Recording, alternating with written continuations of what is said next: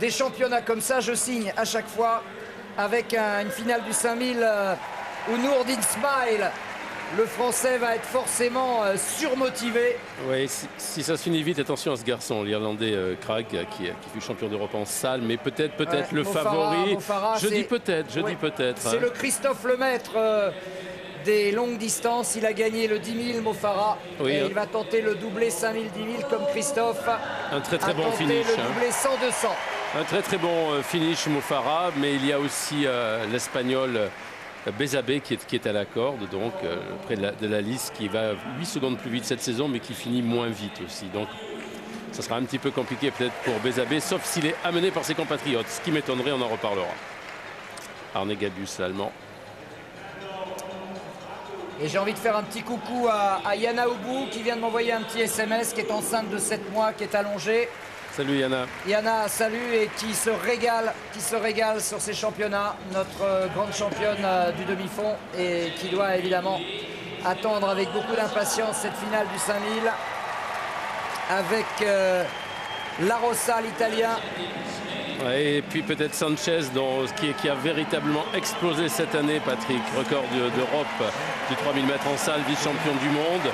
Ah bah et puis lui, il va avoir l'appui du public parce qu'aujourd'hui, il y a énormément de monde ici à Barcelone. Oui, mais on l'a jamais vu par contre, sinon cet hiver en salle, c'est ses premiers grands championnats en plein air au niveau qu'il a atteint maintenant. Voilà Nourdine Ismail. Ouais, il était bien au tour précédent en demi-finale. Nourdine, il a quelque chose à faire, on sait son talent. Il est champion d'Europe espoir. Il doit se dire que ce maillot est magique, qu'il faut en profiter en ce moment. C'est vrai. Il fut champion d'Europe junior. L'Azerbaïdjan. Mais il vient d'Éthiopie. Oui, qui a naturalisé pas mal d'athlètes venant d'Éthiopie. Haile Ibrahimov. Un petit peu comme la Turquie, donc. L'Italie, attention à Daniele Meucci qui a été très bon à l'occasion des demi-finales. Oui.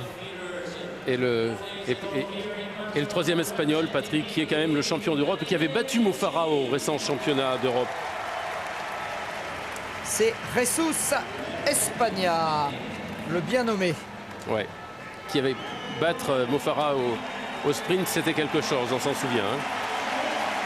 Oh, il s'est préparé, il s'est même acheté une chambre, je dirais, pour hypoxie, pour baisser le taux d'oxygène pour simuler l'altitude. C'est vous dire un petit peu.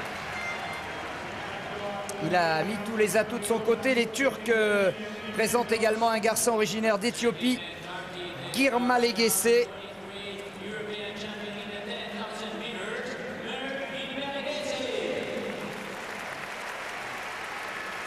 Les Turcs qui ont remporté, rappelons-le, le 100 mètres haies tout à l'heure. Orlov pour la Russie. Et enfin, le médaillé d'argent du 10 000, représentant la Grande-Bretagne, Chris Thompson, la Grande-Bretagne qui va tenter un pari complètement fou, c'est-à-dire avec Mo Farah et Chris Thompson, de réussir le doublé 5000, 10 000. Oula, Patrick, mais vous avez raison, ça va être un match en fait Grande-Bretagne-Espagne. Hein. Voilà, c'est ça, ouais. Hein, donc Thompson, en fait vous avez Thompson-Mo Farah, c'est-à-dire les deux premiers du 10 000 mètres, contre Bézabé, meilleur performeur pour 8 secondes quand même, ce qui est pas peu, européen devant Mo Farah. Il a couru en 12,57, c'était à Oslo. Hein. Bézabé, qu'on va peut-être redécouvrir à la corde, venu d'Éthiopie, mais en tant que clandestin, on a découvert son talent, je dirais, de coureur à pied ici en Espagne après. Ça n'a pas été un coureur naturalisé. En attendant, on constatera que l'Éthiopie, dans un championnat d'Europe, est très présente par le biais des naturalisations. Il y en a 3. Une de cœur, 2 d'opportunité, ou peut-être de cœur aussi ensuite. En tout cas, l'histoire de Bézabé est une véritable histoire. C'est lui d'ailleurs. Hein. Oui, alors. Qui a pris les affaires en main dès le départ. Comment va se courir ce 5000? Bah écoutez, s'il mène tout, il a peu de chance parce que certes, il a 8 secondes plus vite que Mo Farah, mais Mo Farah est très rapide. Par contre, Bézabé n'a pas participé au 10 000, donc il est un petit peu moins fatigué. En tout cas, c'est parti sur un rythme de cadet, là. Ouais, bah écoutez, c'est parti vite et puis ensuite... Non, vous trouvez que c'est parti vite? Non, c'est parti vite pendant 50 mètres pour se placer et ensuite il est venu ralentir. Qui est-ce qui est venu ralentir? C'est Espagna, hein? Ouais, les Espagnols semble vouloir une course extrêmement tactique. Oui, c'est Jesus Espagnol, le champion d'Europe, qui lui a absolument besoin, Patrick, d'une course lente. Parce que tant au regard des chronos qu'ont réalisé ses deux compatriotes, Bézabé ou celui de Sanchez, il doit obligatoirement jouer ce jeu-là. Voilà. Mais il anesthésie un petit peu tout le monde, hein, parce qu'il finit vite. Pete Kamaki a déjà lancé à 91,50 m. Il faut lancer au-delà de 87 m, 81. Eh bien non, il est à hauteur de son meilleur jet de la journée. Il sera troisième. Hein. Troisième, Tero Pete Kamaki, le en fait, Finlandais volant. Il sauve l'honneur quand même parce que c'eût été un affront de ne pas être sur le podium. Mais il n'a pas réussi aujourd'hui du tout à inquiéter son meilleur ennemi, Thorkildsen. 86 m 31, il était troisième chez lui à Helsinki il y a 4 ans. Il était deuxième il y a 4 ans, je veux dire, et il sera troisième aujourd'hui dans ce concours. Bézabé qui mène. En 4e position, Mo Farah qui regarde un petit peu au loin. Et mais Nourdine, il clôt ce peloton, donc il reste au contact. C'est déjà un petit groupe là qui a été lâché de 3 concurrents. Donc il n'y a pas le feu, il est bien pour l'instant, Nourdine. Oui, mais ça veut dire que ça s'est accéléré. Ça veut dire qu'on court à l'africaine, c'est-à-dire avec des accélérations. Et c'est normal parce que c'est Bézabé qui a pris les affaires en main. Et lui, alors, il ne se pose pas de questions, il imprime le tempo. Hein. Bah, il se faisait endormir par son compatriote. Hein. Jesus Espagna, il jouait sa carte à lui, sa carte de finisseur, parce qu'il n'a pas un record, il a 15 secondes plus lent, presque 100 mètres, Patrick, sur son record. Hein. Et oui, mais Bézabé, lui, il ne l'entend pas de cette oreille. Et il n'est pas en train de faire du tout l'affaire d'Espagna. Hein. Ben non, mais il faut, parce que le train va être excessivement lent. Hein. Desordo. Il a amélioré son record de 3,50 m. Il faut encore gagner 1 mètre pour aller battre Thorkildsen. Plus de 88. Eh bien non, mais Desordo est en tout cas l'homme dont il faudra se méfier pour le Norvégien dans les années à venir. C'est le seul qui l'a battu cette saison. C'est surtout un garçon qui aujourd'hui a amélioré son record de 3,40 m pour prendre une médaille d'argent très prometteuse à 22 ans seulement pour l'Allemagne. Et juste un petit mot pour en revenir à Renaud Lavillenie et au 6,02 m qu'il a tenté. Je viens de recevoir un SMS de notre ami Jean-Michel Bello, grand perchiste, qui me dit on ne tente un record que pour le battre, donc avec le plus petit des écarts, les dollars ne viennent que plus tard. Voilà, ça c'est l'opinion d'un garçon qui connaît son affaire. Jean-Michel Bello, que l'on salue, que l'on embrasse, alors que Bézabé est en train de dynamiter le 5000 mètres. Bah, écoutez, on est passé en 2,50 km, base 14,10, c'est-à-dire c'est un temps de junior. C'était pas possible d'en rester là. Donc il est parti pour essayer au moins d'avoir une chance de remporter au moins un podium, au mieux l'or, mais il fallait absolument qu'il fasse cela. Il est champion d'Europe pour la 2e fois consécutive, double champion olympique, champion du monde en titre, meilleur performeur mondial de l'année. Andreas Thorkildsen offre à la Norvège une nouvelle médaille d'or. Le beau gosse de la Norvège va pouvoir rentrer chez lui avec le sourire, avec une petite tristesse quand même. Vukišević, sa partenaire, n'a pas fait de médaille sur 100 mètres haies ce soir. Et le sourire forcément qui illumine Renaud Lavillenie. On l'attendait, il est fidèle au rendez-vous, il est champion d'Europe. Patrick, à l'instant, c'est pas toujours si facile de s'élancer comme grand favori d'une compétition. Vous aviez remporté tous les meetings cette année, mais il fallait surtout remporter celle-ci. Ouais, il y avait une énorme pression là-dessus, justement, parce que j'avais tout gagné. Après, la pression, cet hiver, il faut dire que j'ai arrivé dans les favoris aux mondiaux et je passe complètement au travers. Donc, ça m'a mis un petit peu la puce à l'oreille pour cet été. J'étais vraiment extrêmement motivé. J'avais qu'une chose en tête, c'était gagner les Europes.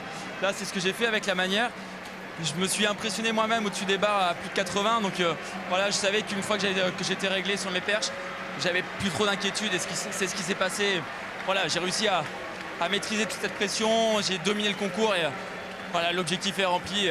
Voilà, la saison est bouclée, quoi. Vous êtes un perchiste d'une régularité exceptionnelle. Vous n'avez jamais eu le moindre doute. Il y a eu notamment une première fois où vous êtes seulement passé au 2e essai. Je crois que c'est sur votre première tentative du reste, mais pas de doute. Une sérénité vous accompagnait. J'ai eu un petit peu le doute au premier à 60 parce que en fait, je prends un petit flash avec le soleil. Mais bon, je savais que j'étais largement capable de faire ça. Et une fois que 75 était passé, même si c'était au 2e essai, j'avais la perche avec laquelle j'ai fait 6 mètres, c'était l'année dernière. Donc voilà, pour moi, j'avais fait le plus gros. Et après, ce rang, j'aime bien le tenir. Et mettre la pression sur les autres, c'est quelque chose que j'aime bien et je l'ai fait avec la manière. Se voit, on doit être content du côté de Clermont-Ferrand ce soir, j'imagine. Vous avez peut-être des personnes à qui vous souhaitez, vous souhaitez associer peut-être à cette magnifique victoire. Ouais, bien sûr, j'ai toute ma famille qui était là, qui me supportait. J'ai mon petit frère. C'était son anniversaire le jour du meeting de Stade de France, donc ça me fait extrêmement plaisir de gagner. J'ai ma famille qui est restée à Cognac. Et puis j'ai tous ceux qui m'ont supporté toute cette saison. J'ai mon coach en particulier, ma copine. Et puis voilà, tout cet entourage qui est là. La Fédé aussi a fait son rôle. Donc voilà, un grand merci à tout le monde et à tous ceux qui ont fait le déplacement aussi. Parce que faut dire qu'on se croyait presque en France. C'était vraiment super. C'est vrai, on peut le confirmer dans ce Bravo, stade olympique. bravo, Ça sent Renaud. la France. Merci Renaud. Bravo, Merci à Renaud. tous. Bravo à vous. Super, le sourire de Renaud Lavilloni.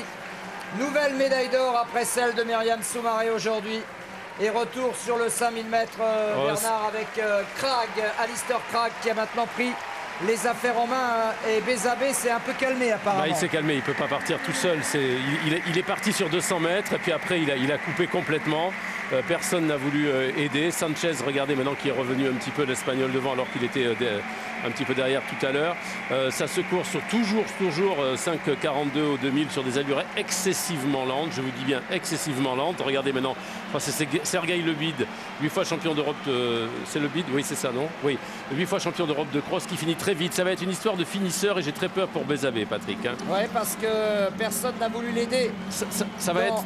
Oui, il va revenir, il va en mettre oui, une mais c'est couche. pas suffisant, il peut pas. C'est pas suffisant, Patrick. Il va revenir. Non, mais là maintenant c'est un potentiel sur 3000 qu'il nous faut. C'est juste une pré-fatigue, les premiers 2500 mètres qu'ils ont fait. Ça devrait se passer entre peut-être Craig, entre peut-être le bid, entre Jesus Espagnol, champion d'Europe, entre Mo Farah bien sûr qui finit très très vite, et puis Sanchez surtout.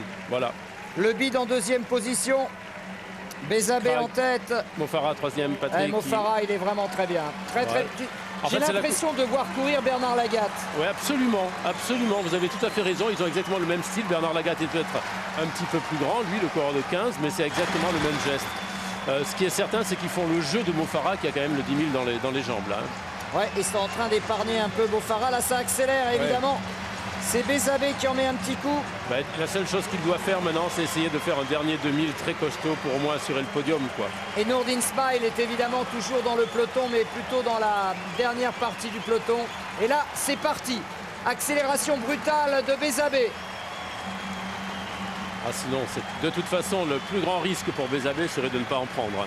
Voilà, maintenant, il n'a plus à charge un 5000 mètres. Il a à charge un 2500 mètres. Et Nourdine qui fait les extérieurs. Nourdine qui va se rapprocher. C'est une course pour lui, ça, Patrick. C'est une course pour lui, ça. Ah, ça serait tellement extraordinaire. Il le mérite tellement, ce gamin, qui a été champion d'Europe Espoir. Voilà, temps de passage aux 3000 mètres, presque 8,30, 8,28. On est toujours sur 14h10. À cette allure-là, il n'use personne, Bézabé. Personne. Je ne comprends même pas pourquoi, pour l'instant, Sanchez est encore un petit peu loin là-bas derrière. Jesus Espagnol, lui, il est en 5, je crois que c'est lui, oui, il est en 5e position, il est très bien placé. Il y a juste le Russe Orlov qui est vraiment très mal en fin de peloton, tous les autres ont leur chance. Bon, ça accélère progressivement maintenant un petit peu. Oui, mais pas franchement. Je m'attendais à ce que ce soit plus brutal de la part de Bézabé à l'Éthiopienne, et là, il n'arrive pas. Vous savez, il a perdu par le passé des courses qu'il a totalement menées devant Mo Farah, donc il a été un petit peu échaudé.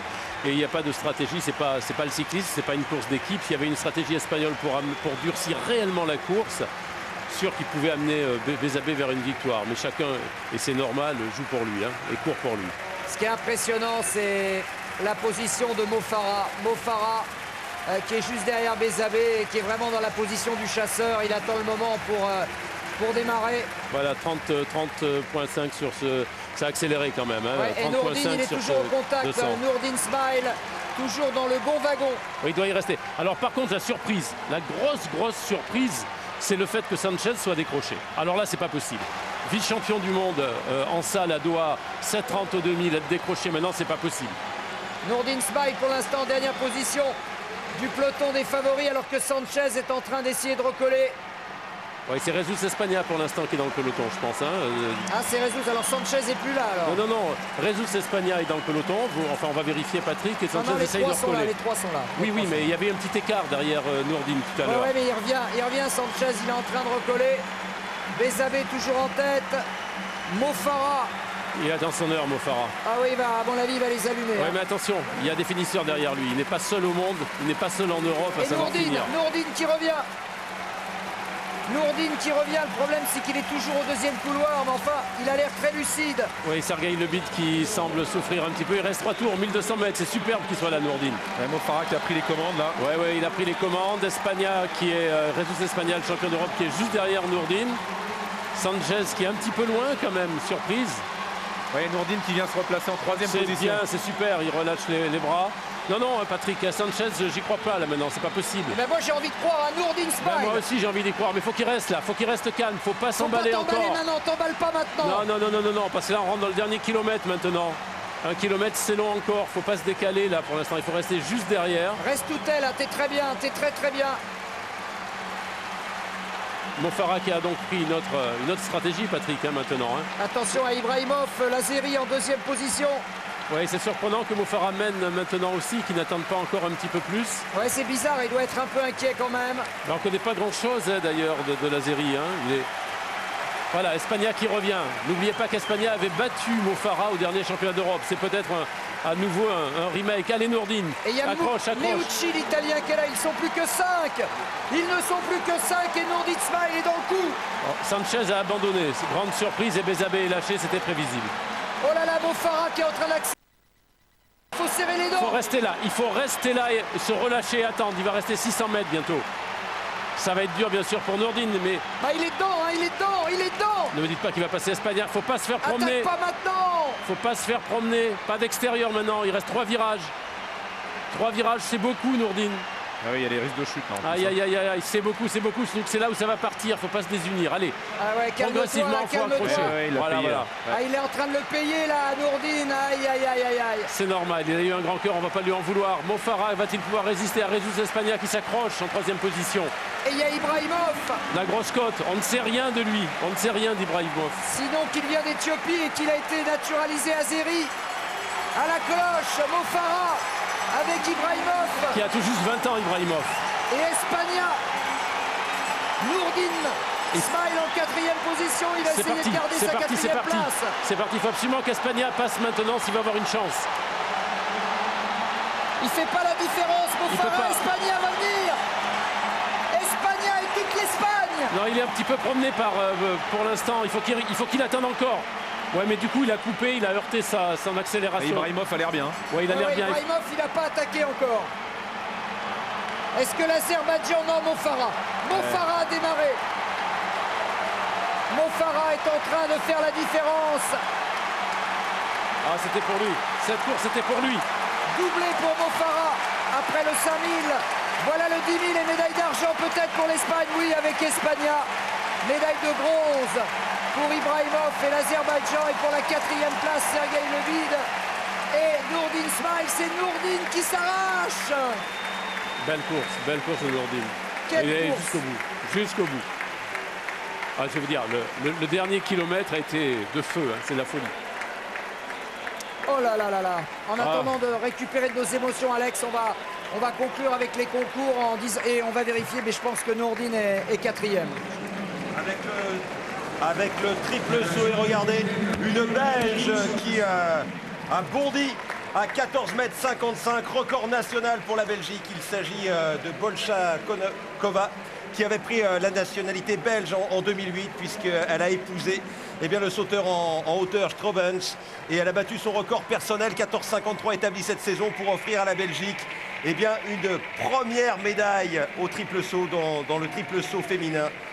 Bolshakova, jolie triple sauteuse, battue d'1 centimètre seulement par l'Italienne Simona Lamontia, qui elle aussi améliore son record personnel. 14,56 m, un petit centimètre qui fait la différence. Il a fallu attendre 5 ans pour voir la championne d'Europe Espoir monter sur un podium toute catégorie chez les grandes. Médaille d'argent, Simona Lamontia. Et puis celle qui s'est imposée, finalement c'était attendu.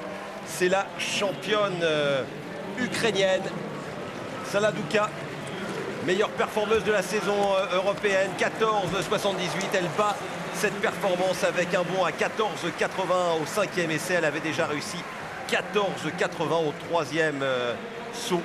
Et vous allez voir, la piste a été équipée de capteurs sur cette épreuve qui permet de savoir la décomposition de la longueur réalisée, du triple saut en 3 bonds. Vous allez le voir, c'est pas sur cette planche. On l'a vu surtout sur le l'essai précédent. On ne le verra pas ici, mais c'était intéressant. Ouais, et Jonathan.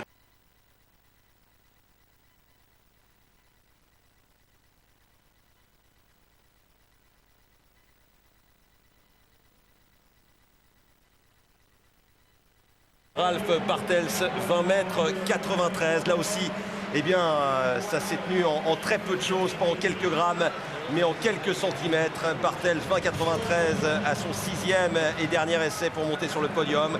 Derrière qui? Eh bien, derrière Majewski, le champion olympique, vice-champion du monde, qui lance sur les 21 mètres, et ça a son importance. Il fait 21 mètres pile, le colosse polonais. Seulement, il fallait faire mieux, un tout petit peu mieux. 21 mètres 01 pour remporter le titre européen. Et qui a réussi cette performance? Eh bien, c'est Mincknevich, le champion du monde 2003 à Paris, qui devient champion d'Europe. Il était 3e des Jeux de Pékin et il offre au Bélarus une médaille d'or qui vaut son pesant d'exploit et surtout qui pèse lourd. Ce qui est quand même étonnant, c'est que ça joue 1 centimètre et on voit le juge comment il indique la marque. Attention, là on va conclure, Stéphane. C'était super, on a tout passé, on a eu tellement d'émotions. 2 médailles d'or aujourd'hui, on compte sur vous. Demain, 10 h sur France 3.